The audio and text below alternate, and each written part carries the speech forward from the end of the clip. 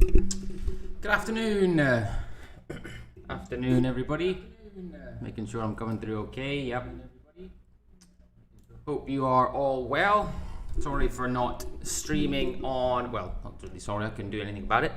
But I wasn't streaming on Monday because my internet basically just crashed out. The whole area just crashed out. Now, I told this story on A1 Trading last night, but the most frustrating thing, I couldn't believe this happened. So I've been waiting 24 days. I haven't taken a trade for all of August. I've been saying on the stream for quite some time. Not been taking a trade for all of August. And I've been saying also that this would be a great lesson if we ended up taking, let's say, one trade in August and it hits our target. So my target is always 3% a month, right? And if we get one trade, I think my mouse sensitivity is quite high. 1 second. So if I get one trade that ends up being a winner and, you know, that hits my 3% quota, then I'm perfectly happy with that. And unfortunately, on Monday, this set up. So pound Aussie here, as I talked about, it on the website and on my live streams, etc. But, you know, nice V reversal and squeeze into this area. So I couldn't even get data. I couldn't get anything. I couldn't get anything on to check the charts, even though I did my morning scan and I had pound Aussie on morning scan. But I couldn't check anything on Monday. And we got this.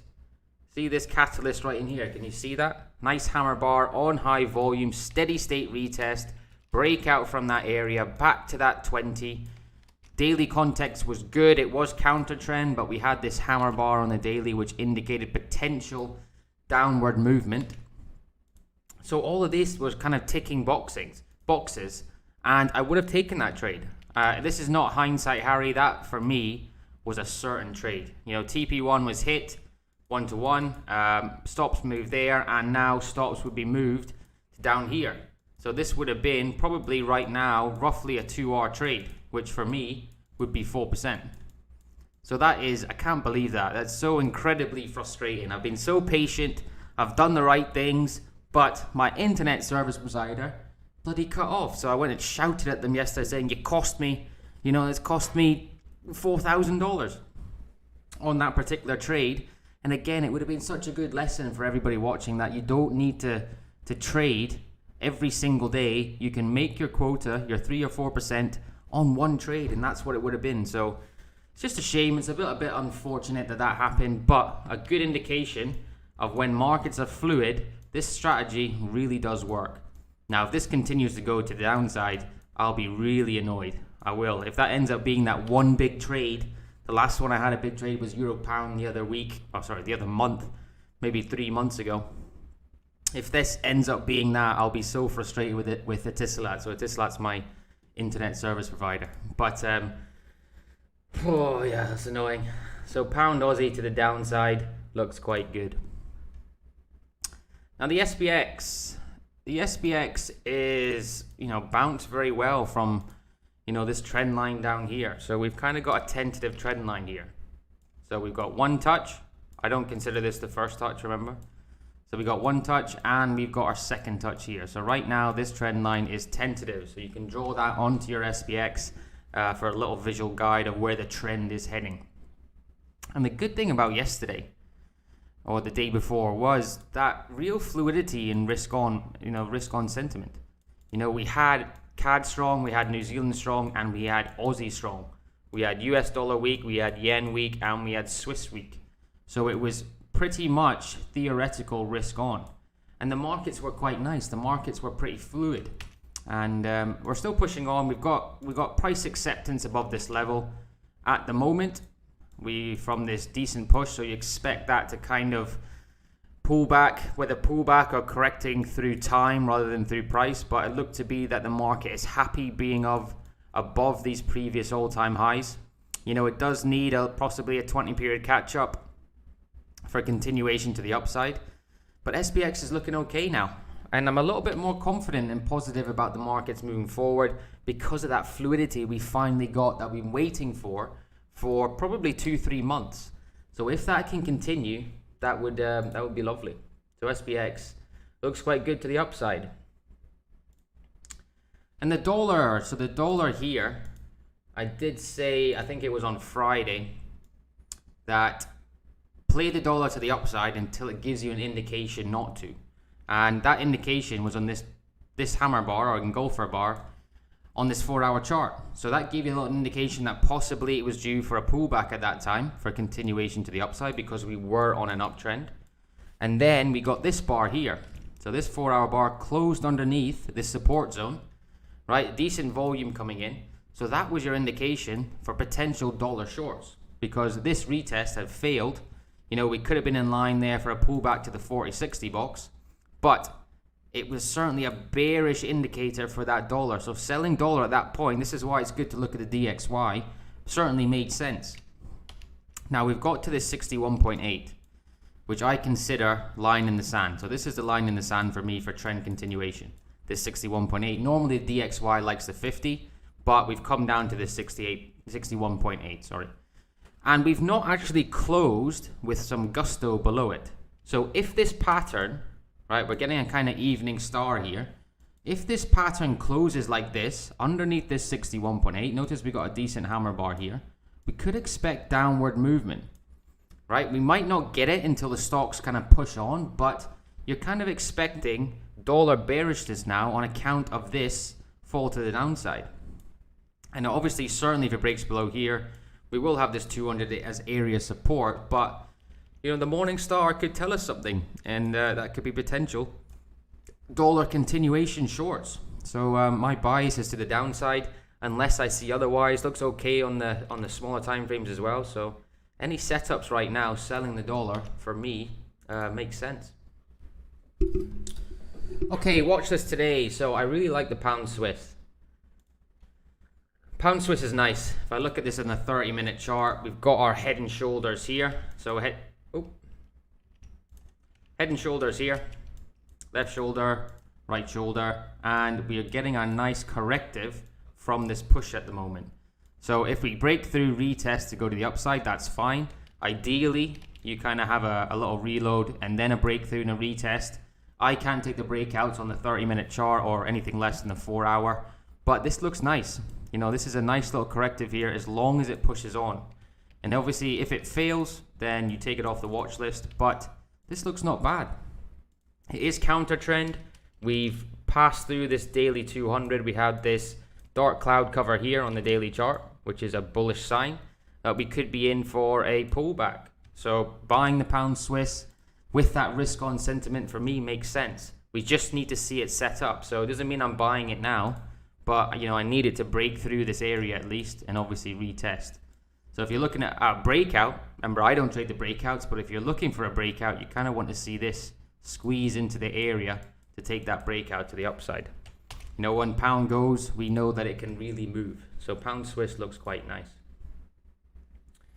USD yen. USD yen as well, very similar to pound Swiss. On the daily chart, I'm looking at shorts, but that doesn't mean on these smaller time frames I can't look at longs.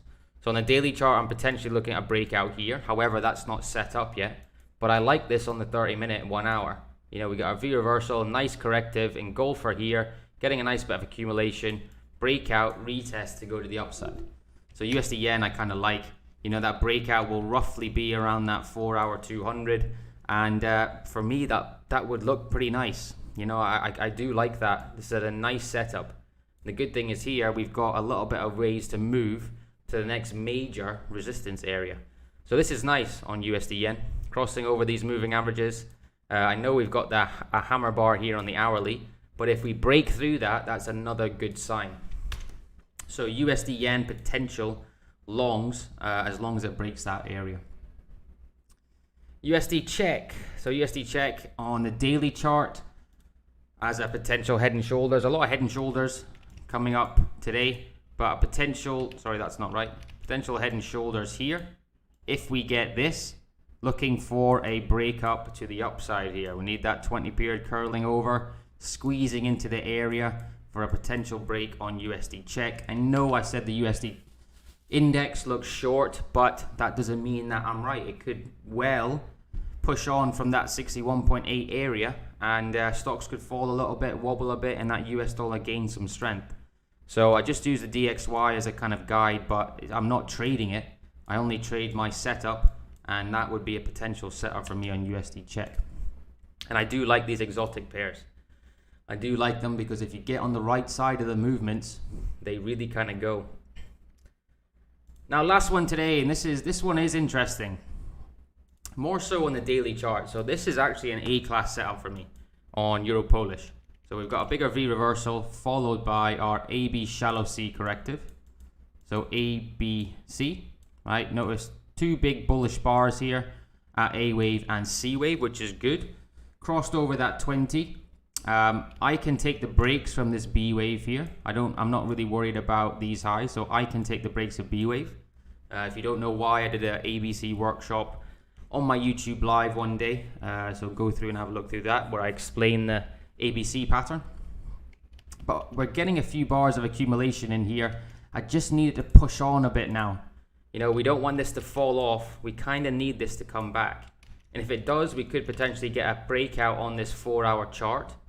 But it needs to show its hand quite soon, because as a whole, this setup is very nice.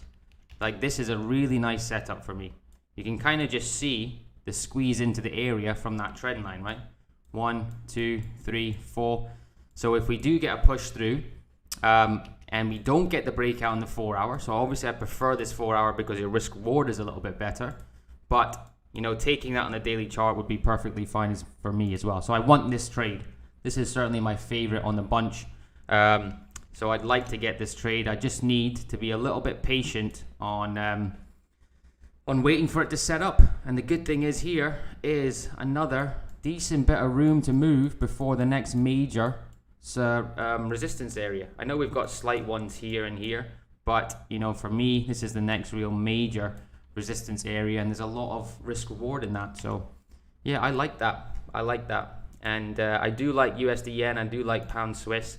I'll be watching them today. I just have a feeling this is going to go to the upside. Doesn't mean that I'm trading it, but I just have a feeling this is going to go up. And I do like that USD yen as well, if this does indeed push through the level. So this is basically what I'm looking at. On USD yen, and pound Swiss is the same. For continuation to the upside. So they look good to me. Yeah, just really annoying that I didn't get pound Aussie. I'm so frustrated with that because it's just not my fault. I would have taken that trade, hit my quota, and been very happy. But, you know, unfortunately, it didn't quite work out. So what can you do? Anyway, guys, thanks for joining. I appreciate it. If you like the video, thanks to anybody new that is subscribed to the channel. I think I've grown the most I've grown for the past 2 weeks than I have. So I just released a new video. If you want to go watch that. I wanted to get out a rant on fake Forex traders, so I kind of did that, get it out my system, so everybody knows how I feel about it. So if you like that video, go have a watch. But I'll see you on Friday afternoon where we'll do it all over again. Alright guys, trade safe. Peace.